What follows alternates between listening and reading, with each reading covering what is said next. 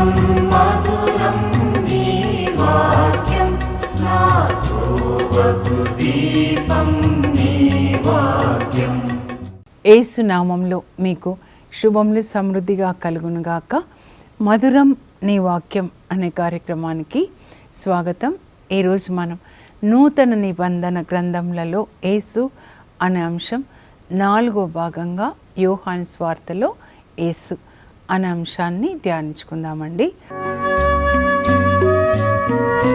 మధురం మధురం నీ వాక్యం నా త్రోవకు దీపం నీ వాక్యం. యోహాను సువార్తలో యేసు మనుష్యావతారం ఎత్తిన దేవుని వాక్కుగా దర్శనమిస్తారు. యేసు దేవుని యొక్క వాక్యం అన్నమాట. In the gospel of John Jesus appears as the incarnate son of God. దేవుని యొక్క వాక్కు కనుక మనము యోహాను సువార్తని చదివితే మొదటి అధ్యాయంలో అండి, మొదటి వచనం నుంచి కొంచెం చూస్తే అక్కడ ఏమని ఉంటుందంటే, ఆదిలో వాక్కు ఉండెను, ఆ వాక్కు దేవుని యొద్ద ఉండెను, ఆ వాక్కు దేవుడై ఉన్నాడు. ఇంకా 14కి వస్తే ఆ వాక్కు మానవుడై మన మధ్య నివసించాడు. సెయింట్ ఫ్రాన్సిస్ ఆఫ్ అసిసి గారి యొక్క ఒక సంఘటన నాకు జ్ఞాపకం వస్తూ ఉందండి. 1223 అనుకుంటాను, క్రిస్మస్ అన్నమాట. అప్పుడు ఫ్రాన్సిస్ ఆఫ్ అసిసి గారు బ్రదర్స్కి చెప్పారంట, ప్రేయర్స్కి, ఈసారి మన యేసుప్రభు ఎట్లా పశువుల పాకలో పుట్టాడు కదా, అలాగే పశువుల పాక వేసుకొని కొన్ని గాడిదలు అవన్నీ పెట్టుకొని, గొర్రెలు అవన్నీ మనం అక్కడ ఆల్టర్ వేసి అట్లా మనం క్రిస్మస్ పండుగ చేసుకుందామంటే midnight mass, night vigil అనమాట. అందరికీ సంతోషం అనమాట. సో అందరు కలిసి, వాళ్ళు ఎలాగో ఉండేది అడవుల్లో ఆశ్రమాల్లోనే కదా, అలా అని తయారు చేశారనమాట.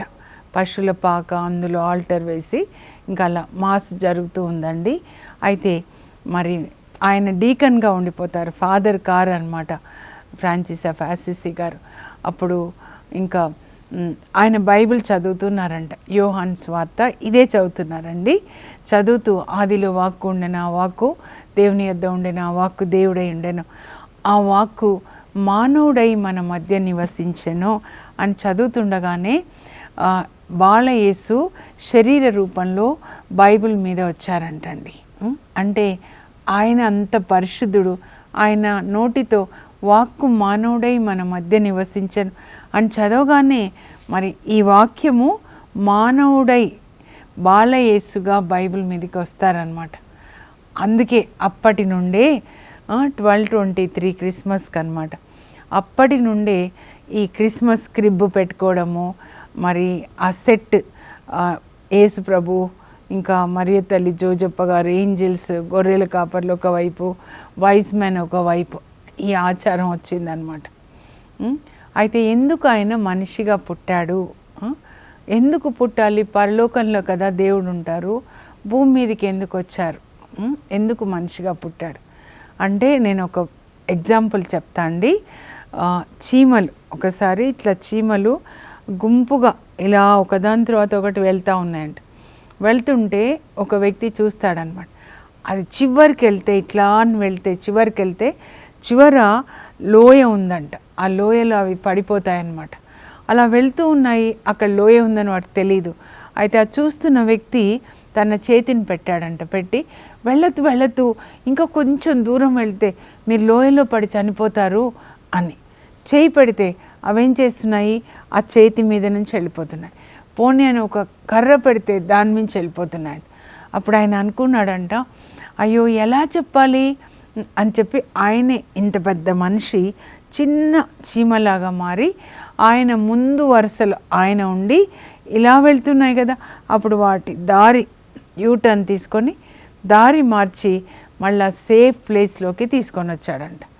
అలాగే మనం కూడా పాపం చాలా బాగుంటుంది, ఇట్ గివ్స్ ప్లెజర్, శరీరానికి ఎంత ఆనందమో అని ఆ ఆనందము, శరీరానికి ఆనందం ఇచ్చే పాపము చివరికి మనల్ని నరకంలో పడేస్తుంది, అగ్నిలో వేసి కాలుస్తుంది అని మనకి తెలీదు. కానీ ఆ దేవుడు సృష్టికర్తకి తెలుసు కనుక ఆయన మనిషి అవతారం ఎత్తి మనం శరీరంలో పాపం చేశాము కనుక ఆయన శరీరంలోనే పరిహారం చెల్లించడానికి వచ్చాడనమాట. అందుకే యోహాన్ స్వార్తలో యేసుప్రభు వస్తున్నప్పుడు బాప్తిస్మం తీసుకోవడానికి బాప్తిస్మ యోహాన్ యేసుప్రభుని చూపించి అంటారు, ఇదిగో లోక పాపములను మోసుకొని పోవు దేవుని గొర్రె పిల్ల అన్నమాట. ఎందుకంటే పాత నిబంధనలో వాళ్ళు ప్రధాన యాజకులు ప్రజల పాపాల కొరకు మరి వాళ్ళ పాపాల కొరకు కూడా గొర్రె పిల్లని వధించి రక్తాన్ని బలిగా ఇస్తారనమాట దేవునికి. ఆ గొర్రెలేమి మనుషుల పాపాలని పరిహరించవండి. అదేంటంటే ఒక ఛాయ అన్నమాట, ఒక ఫోర్ షాడో. దేవుని గొర్రెపిల్ల రాబోతున్నాడు, ఆయన ఇలా మా కొరకు సిలువలో మరణించబోతున్నాడు అని అన్నమాట. అయితే యోహాను సువార్త మిగిలిన 3 సువార్తలకి భిన్నంగా ఉంటుందండి. మత్తయి, మార్కు, లూకా సువార్తల్ని సినాప్టిక్ గాస్పెల్స్ అంటే సారూప్య సువార్తలు అన్నీ ఒకేలా ఉంటాయి. అంటే యేసు ప్రభు పుట్టుక, తర్వాత ఆయన బోధనలు, ఆ తర్వాత ఆయన చేసిన అద్భుతాలు, తర్వాత శిలువ మరణం, పునరుత్థానం. అయితే యోహాను సువార్త దీనికి భిన్నంగా ఉంటుందండి. ఏంటి అనంటే యోహాను సువార్తని కూడా పక్షిరాజుతో పోలుస్తారు. ఈ 4 సువార్తలకి గుర్తులు ఉంటాయండి. మత్తయి సువార్తకి మనిషి గుర్తు అన్నమాట. అంటే మత్తయి జీసస్ని ఎలా ప్రజెంట్ చేస్తాడంటే ఆయన పాత నిబంధనలో చెప్పబడిన మెస్సయ్య, అలాగే మానవ వంశావళిని కలిగి ఉన్నటువంటి మానవుడిగా జన్మించాడు, దావీదు కుమారుడు అని పిలువబడినాడు అని, మానవ వంశావళిని కలిగి ఉన్నాడు కనుక అని ఆ యేసుక్రీస్తు వంశావళితోనే మత్తయి తన సువార్తని ప్రారంభిస్తాడండి. మరి మార్క్ ఏంటి అంటే మార్కు యేసుప్రభు యొక్క రాచరికాన్ని ఆయన మరి ప్రజెంట్ చేస్తాడనమాట. ఆయన రాజులకు రాజు, ప్రభువులకు ప్రభు. సింహం ఎలా అడవికి రాజో అలాగే మరి యేసుప్రభు రాజులకి రాజు, ప్రభువులకి ప్రభు అంటూ సింహంలాగా గర్జించి సువార్తని బోధించిన బాప్తిస్మ యోహాను సువార్తతో మార్కు తన సువార్తని ప్రారంభిస్తాడు. మరి లూకా సువార్త చూస్తే ఎద్దు అండి గుర్తు, మార్కుకి సింహం అన్నమాట, లూకాకి ఎద్దు అంటే బలిగా ఇస్తారు కదా. అలాగే యేసు ప్రభు మన కొరకు సిలువలో బలిగా మరణించారు అని సూచిస్తూ మరి యాజకుడైనటువంటి జకరియా బలిగా వాళ్ళు బలిని అర్పిస్తారు కదా దేవునికి, ఆయన ప్రార్థన ధూపం వేస్తూ ఉన్నాడనమాట. దానితో యాజకునితో ప్రారంభిస్తారు. మరి యోహాన్ సువార్త పక్షిరాజు అన్నమాట. పక్షిరాజు ఎప్పుడు పైనే ఉంటుందండి, పైన కొండ పైన ఇంకా పైకి వెళ్తూ ఉంటుంది. పక్షిరాజు కన్నులు ఎప్పుడు సూర్యుని వైపు ఉంటాయి. అలాగే యోహాను మన హృదయాన్ని, మన మనస్సుని క్రింద వాటి నుంచి పైన వైపు నీతి సూర్యుడైన యేసు వైపు తిప్పుతాడండి. మన దృష్టి ఎప్పుడు కూడా పైన వాటి మీద ఉండేటట్లు అన్నమాట. అది డిఫరెన్స్ అన్నమాట. అందుకే యేసు ప్రభు కూడా మీరు యోహాను సువార్తలో చూస్తే ఎప్పుడు పాత నిబంధనలో తండ్రి దేవుడు ప్రవక్తల ద్వారా మాట్లాడిన ఎప్పుడు కూడా తాను పంపబోయే కుమారుని గురించి రాస్తాడు. 300 ప్రవచనాలు ఉంటాయి యేసుప్రభు యొక్క మొదటి రాకడని గురించి పాత నిబంధన. మరి యేసుప్రభు ఏం చేస్తాడంటే తాను పంపబోయే పరిశుద్ధాత్మని గురించి యేసుప్రభు చెప్తాడనమాట. నన్ను విశ్వసించు వాని అంతరంగం నుండి జీవజల నదులు ప్రవహిస్తాయి, యోహాను 7:38 చెప్తారు. ఇంకా సమరయ స్త్రీతో మాట్లాడితే ఏం చెప్తారంటే, నేనిచ్చు నీరు వాని యందు నిత్య జీవంనకై ఊరడి బుగ్గగా ఉంటుంది. యేసుప్రభు యొక్క వాక్యం పరిశుద్ధాత్మ అన్నమాట. పరిశుద్ధాత్మని గురించే ఎక్కువగా యేసుప్రభు ఈ యోహాను సువార్తలో చెప్తాడండి. అయితే వాక్కు మానవ రూపం ధరించింది కదా. అయితే ఈ యోహాను తన సువార్త అంతా కూడా 7 యేసుప్రభు చేసిన 7 అద్భుతాలు, ఆ తర్వాత నేను అని యేసుప్రభు చేసిన 7 ప్రకటనలు చుట్టూ తిరుగుతుందన్నమాట. John's gospel revolves around 7 miracles of Jesus and also 7 I am statements of Jesus. చూద్దామండి, ఇవన్నీ కూడా 7 statements of Jesus reveal that Jesus is the messiah. ఈ యొక్క 7 ప్రకటనల ద్వారా, 7 అద్భుతాల ద్వారా యేసు ప్రభు మెస్సయ్య, మనల్ని రక్షించడానికి, సిలువలో మరణించడానికి వచ్చిన మెస్సయ్య అని నిరూపిస్తాయి. అంతేకాదండి, దేవుని యొక్క శక్తిని, దేవుని కరుణని కూడా అవి ప్రకటిస్తాయి.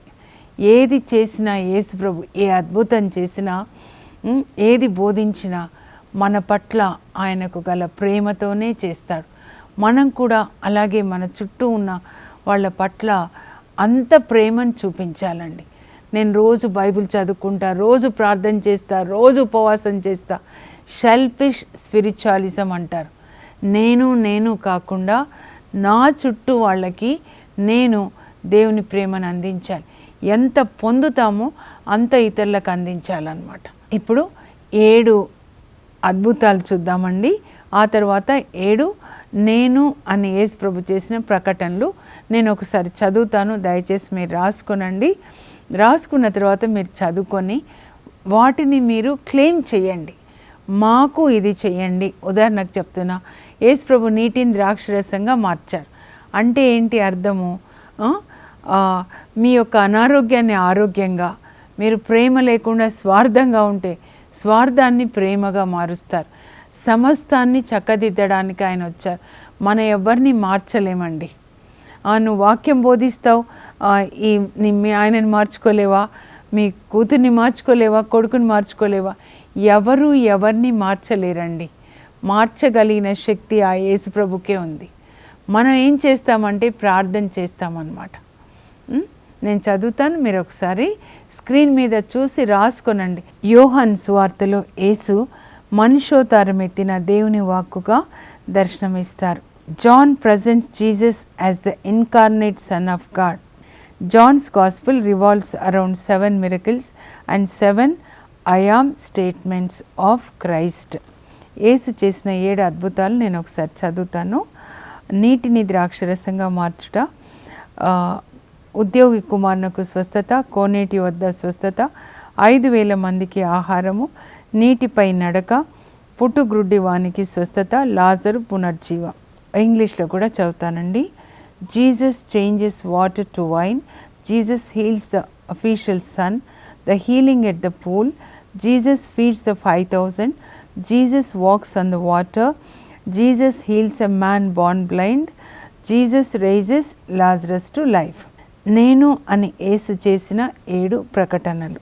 జీవాహారమును నేనే, లోకమునకు వెలుగును నేనే, ద్వారమును నేనే, నేను మంచి కాపరిని, నేనే పునరుత్థానమును జీవమును, నేనే మార్గమును సత్యమును జీవమును, నేను నిజమైన ద్రాక్షవల్లిని. I am the bread of life, I am the light of the world, I am the door, I am the good shepherd, I am the resurrection and life, I am the way, the truth and the life, I am the true wine. మన నిర్గమకాండం 3:14లో మోషే అడుగుతాడనమాట, నన్ను ఫరో దగ్గరికి వెళ్ళమంటున్నావు, మరి అక్కడ Israel ప్రజల దగ్గరికి వెళ్ళమంటున్నావు, మరి నేను ఎవరు పంపారంటే నేనేం చెప్పాలయ్యా అంటే, నేను ఉన్నవాడను, ఐయామ్ హూ ఐయామ్, ఉన్న దేవుడు అన్న సృష్టికర్త. ఇక్కడ ఆ ఐయామ్ అనే తండ్రి చెప్పింది, ఇక్కడ యేసు ప్రభు లాగా ఈ లోకానికి వచ్చి చెప్తున్నాడు ఐయామ్ ఏమేం చేస్తాడో, ఏమేం చేస్తాను అని.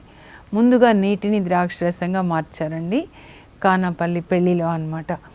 పెళ్ళి అంటే ఒక కుటుంబంలోనికి యేసు ప్రభుని పిలిచారు, అందుకే వెళ్ళాడనమాట.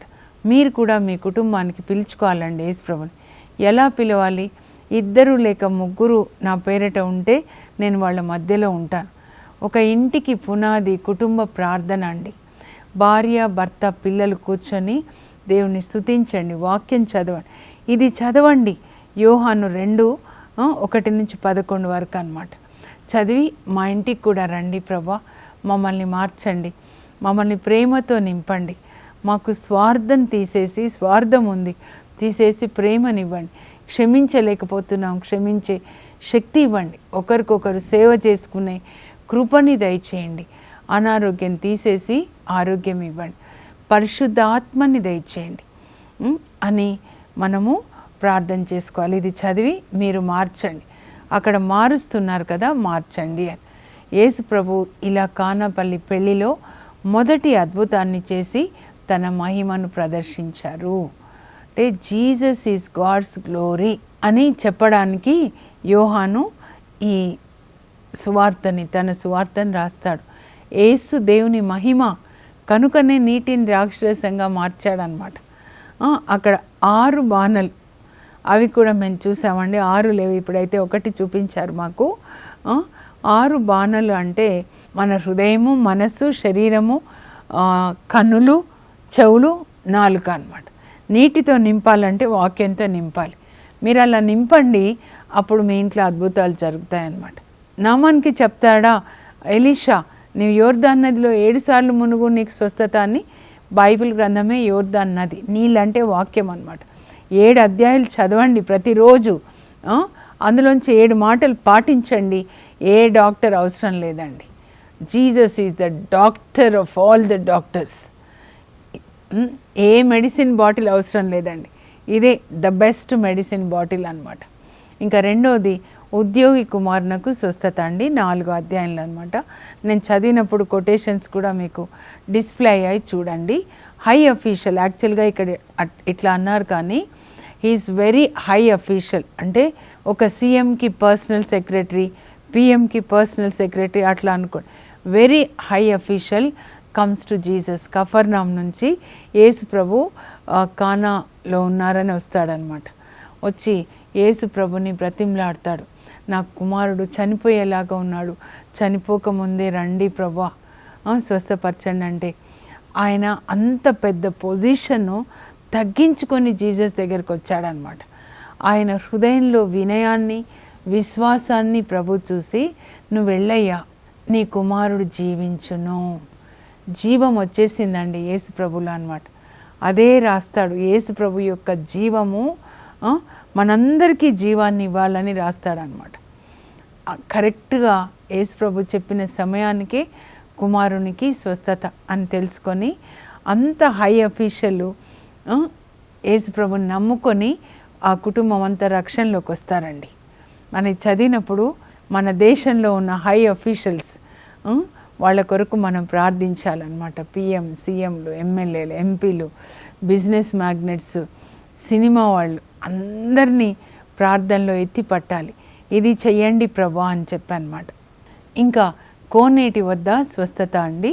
38 సంవత్సరాల నుంచి పక్షవాతంతో బాధపడే ఆ వ్యక్తిని బహుకాలం నుండి అక్కడ ఉన్నాడని చూసి యేసు ప్రభు ఆయన దగ్గరికి వెళ్ళి, నువ్వు స్వస్థత పొందగోరుచున్నావా అని చెప్పి, లేచి నీ పడకనెత్తుకొని నడు అనగానే పడకెత్తుకొని నడుస్తాడండి. 38 సంవత్సరాల నుంచి అక్కడ ఉన్నాడు. అంటే యేసు ప్రభు పుట్టక ముందు నుంచే. కానీ ఎవరు ఆయనను పట్టించుకోవట్లేదు, కానీ ప్రభువే ఆయన దగ్గరికి వెళ్ళారండి. ఇప్పుడు యెరూషలేం దేవాలయం ఇక్కడ ఉందనుకోండి, దారిలో ఉంటుంది అన్నమాట. ఇది నేను చూశాను కాబట్టి చెప్తున్నాను. బెస్సైదా కోనేటి, ఆ దారిలో చాలామంది ఉన్నారు కోనేటి చుట్టూ రోగులు. కానీ ఈ ప్రత్యేకంగా ఈ వ్యక్తి దగ్గరికి వస్తాడు. ఎవరు పట్టించుకోవట్లేదు. ఎన్ని సంవత్సరాలు మనల్ని ఎవరు పట్టించుకోకపోయినా, మనం ఎన్ని రోజుల నుంచి బాధపడుతున్నామో, వేదనతో ఏడుస్తున్నామో ఆయనకి తెలుసు. మన సృష్టికర్తకి ఆయనకి స్వస్థతనిస్తారు. తర్వాత దేవాలయంలోకి వెళ్ళి ఆయన బోధిస్తుంటే ఈయన కూడా ఇంటికి వెళ్ళి స్నానం చేసుకొని వచ్చేస్తాడండి. వచ్చి వాక్యం వింటున్నాడు. అప్పుడు ప్రభు ఆయనతో చెప్తారు, ఇదిగో నీకు ఇప్పుడు స్వస్థత కలిగింది కదయ్యా అంటే, అవును ప్రభా, చాలా చాలా వందనాలు. నీకు మరింత కీడు కలుగకుండుటకై ఇక పాపం చెయ్యొద్దు. ఇది అందరికీ అండి. ప్రభు మిమ్మల్ని స్వస్థపరిచారు కదా, మరణం నుండి తప్పించారు కదా, కాబట్టి ఏ పాపం వల్ల మీకు అది వచ్చిందో ఇంకా మళ్ళా తిరిగి ఆ పాపం జోలికి వెళ్ళొద్దు. రెండవ జీవితాన్ని ఇచ్చారు. ఇప్పుడు దేవుని కొరకు మనం జీవించాలి. తర్వాత టైం అయిపోతుందండి. 5,000 మందికి ఆహారం. ఇక్కడ ఏంటి అనంటే, మనకి ఆత్మకి కూడా ఆహారాన్ని పెట్టడానికి యేసు ప్రభు ఈ లోకానికి వచ్చారనమాట. వాళ్ళు 5,000 మంది ఆహారాన్ని భుజించి మరుసటి రోజు మళ్ళీ జీసస్ని వెతుక్కుంటూ వస్తారండి. 6వ అధ్యాయంలో అనమాట, 27లో అప్పుడు ప్రభు చెప్తారు, నిన్న రొట్టెలు తిని సంతృప్తులయ్యారు కదా, అందుకనే కదా వచ్చారు. కానీ మీరు ఎలా ఉండాలంటే అశాశ్వతమైన భోజనం కొరకు శ్రమించకండి, శాశ్వతమైన భోజనాన్ని కొరకు మీరు శ్రమించండి. మనుష్య కుమారుడు మీకు దాన్ని ఇస్తాడు. యేసు ప్రభు వాక్యమేనండి మన ఆత్మకి భోజనం, మనల్ని పరలోకానికి తీసుకెళ్ళేది, మన శాశ్వతమైన గృహానికి. కనుక దీని కొరకు శ్రమించండి అని ప్రభు చెప్తున్నాడు. అందుకే 6:54 కూడా ఎవరు నా శరీరాన్ని భుజించి నా రక్తంను పానం చేయుదురో వాళ్ళని నేను అంతిమ దినంన లేపుతాను. నా శరీరంను భుజించి నా రక్తంను పానం చేయవాడు నిత్య జీవాన్ని పొందుతాడు, మరణాన్ని దాటి నిత్య జీవంలోకి వస్తారు అని ప్రభు చెప్తున్నారు. కనుక ప్రతిరోజు మన వాక్యాన్ని చదివి ధ్యానించి దాన్ని పాటించాలని, ఆత్మకి ఆహారం అన్నమాట. ఇంకా పుట్టు గ్రుడ్డి వానికి స్వస్థత ఇస్తారండి 9వ అధ్యాయంలో. అక్కడ కూడా తను ఉమ్మి వేసి కింద మట్టితో కలిపి మరి శరీరం మట్టిలోంచి వచ్చింది. యేసుప్రభు ఉమ్మి అంటే జీవం అన్నమాట. జీవాన్ని ఊదుతాడు కదా ఆదాంలో కూడా. ఆ కళ్ళకి రాసి వెళ్ళి సిలోయం అనే కోనేట్లో కడుక్కో. అప్పుడు ఆయన అలాగే వెళ్ళి కడుక్కుంటే ఆయనకి స్వస్థత, కంటి చూపు వస్తుంది అన్నమాట. సిలోయం అంటే కోనేరు, నీళ్లు యేసుప్రభువే. సిలోయం అంటే పంపబడినవాడు యేసుప్రభు. నీళ్లు అంటే దేవుని యొక్క వాక్యం అన్నమాట. మనం కడుక్కోవాలి. కడుక్కున్నప్పుడు మన ఆత్మ కన్నులు తెరవబడతాయన్నమాట. తర్వాత 11వ అధ్యాయంలో లాజరుని లేపుతాడండి. పునర్జీవం అన్నమాట. మరణించిన లాజర్ని లేపుతాడు. అప్పుడు యేసుప్రభు ఏమంటాడంటే, టైం అయిపోయిందండి, నేనే పునరుత్థానంను జీవంను. మనందరికీ యేసుప్రభు పునరుత్థానాన్ని ఇవ్వడానికి వచ్చాడు. ఆయన శిలువ మరణం ద్వారా పాప క్షమాపణ, ఆయన పునరుత్థానం ద్వారా మనకి పునరుత్థానం. అందుకే పాత నిబంధనలో ఒక్కరు కూడా పరలోకానికి వెళ్ళలేదండి. వాళ్ళందరూ ఒక చోట నిద్రిస్తూ ఉంటారనమాట. దాన్నే ప్యారడైజ్ అంటారు. అందుకే మీరు దావీదు కానీ యాకోబు ఎవరినైనా మరణాన్ని చదివితే, దావీదు మరణించి పితరులను చేరుకున్నాడు, యాకోబు మరణించి పితరులను చేరుకున్నాడు. రెస్ట్ ఇన్ పీస్ అన్నమాట. ఆత్మ విశ్రాంతి తీసుకునే టైము. కానీ యేసుప్రభు శిలువలో మరణించిన తర్వాత శరీరాన్ని సమాధి చేశారు, కానీ ఆత్మకి మరణం ఉండదు కదా. పాతాళ లోకానికి వెళ్ళి, ప్యారడైజ్కి వెళ్ళి వాళ్ళకి తన గాయాలు చూపించి, ఇదిగో మీ కొరకు నేను వెల చెల్లించాను, మీ పాపంల కొరకు మిమ్మల్ని ఇప్పుడు పరలోకాన్ని తీసుకెళ్తాను అని వాళ్ళకి బోధిస్తాడు ఆత్మలకి. తర్వాత ఆయన పునరుత్థానమై పరలోకానికి వెళ్ళిన తర్వాత వీళ్ళని వరుస క్రమంలో తీసుకొని వెళ్ళాడని 1 కొరింథీ 15:20 నుంచి రాయబడి ఉంటుందండి.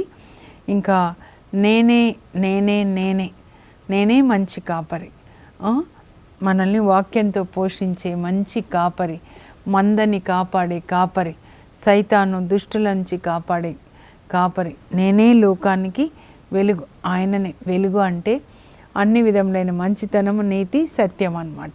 ఇప్పుడు మనం ప్రార్థన చేసుకుందామండి. పరలోకపు మా తండ్రి, మీ పరిశుద్ధ నామమునకు స్తోత్రం కలుగును గాక. యేసయ్య, మీరు తండ్రి నోటిలో నుంచి వచ్చిన వాక్యం ప్రభా, మా కొరకు సిలువలో మరణించారు తండ్రి. మా కొరకు మీరు పునరుత్థానమై మా మరణాన్ని మీరు నాశనం చేసి మాకు పునరుత్థానాన్ని ఇచ్చారు. పరలోకంలో మా కొరకు గృహాన్ని నిర్మించి తిరిగి రాబోతున్నారు మమ్మల్ని తీసుకొని వెళ్ళడానికి. నిత్యము మీతో ఉండేటట్లుగా మీరే నిత్య జీవం ప్రభా. నేనే మార్గం, నేనే సత్యం, నేనే జీవం అని చెప్పారు. అవును యేసయ్య, మీరు జీవించినట్లుగా తండ్రి చిత్తాన్ని చేసిన వాళ్ళు, మీలాగా జీవించిన వాళ్ళే పరలోకానికి వస్తారు. మీరు జీవించిన జీవితం, మీరు బోధించింది జీవించిన వారే పరలోకానికి వారసులుగా ఉంటారు. మీరే సత్యం, సత్యమైన దేవుడు ప్రభా. మేము కూడా తండ్రి సత్యాన్ని జీవించేటట్లు సహాయం చేయండి. సత్యాన్ని సిలువ వేయకూడదు. మిమ్మల్ని సిలువ వేశారు అప్పుడు ప్రభా, సత్యమైన మిమ్మల్ని. ఇప్పుడు కూడా మేము సత్యమైన మిమ్మల్ని సిలువ వేయకూడదు. మా నటన, అబద్ధాల జీవితం ద్వారా నేనే జీవం నాయన, మీ వాక్యాలు మాకు జీవాన్ని ఇస్తాయి. కనుక మేము మీ వాక్యాన్ని పఠించి, ధ్యానించి, పాటించే కృప దయచేయండి. యేసు పరిశుద్ధ నామంలో అడుగుచున్నాం తండ్రి, ఆమేన్. దేవుని యొక్క జీవము మరి ఈ వాక్యంలో ఉంది కనుక దీన్ని చదివి ధ్యానించి పాటించే కృప ప్రభు మనందరికీ దయచేయను గాక. God bless you. Have a blessed day.